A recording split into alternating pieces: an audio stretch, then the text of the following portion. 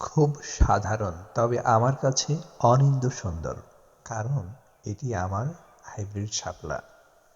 আরও একটি হাইব্রিড শাপলা যা ফুটছে, এবং হচ্ছে যে এই শাপলাটি পিওর ট্রপিক্যাল এবং সেই সাথে বেশ ভালো ব্লুমার, কেননা এখনও আরেকটি কলি আছে। এটি হয়তো ফুটে যাবে আর এই ফুলটি ফুটছে।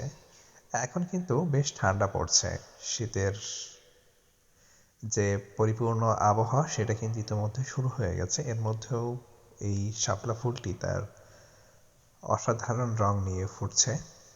আশা করি এই শাপলাটি আমার জলজ বাগানে আরও বেশি সৌন্দর্য বহুগুণে বাড়িয়ে তুলবে। যদিও এই শাপলাটির পাপড়ি অনেক বেশি না হলেও এই যে সৌন্দর্য বিলিয়ে দিচ্ছে, আমি তাতেই খুশি। আমার তাতেই ভালো লাগছে। এই ভালো লাগার মধ্যে অন্যরকম একটা প্রশান্তি আছে, যা আমি অনুভব করি।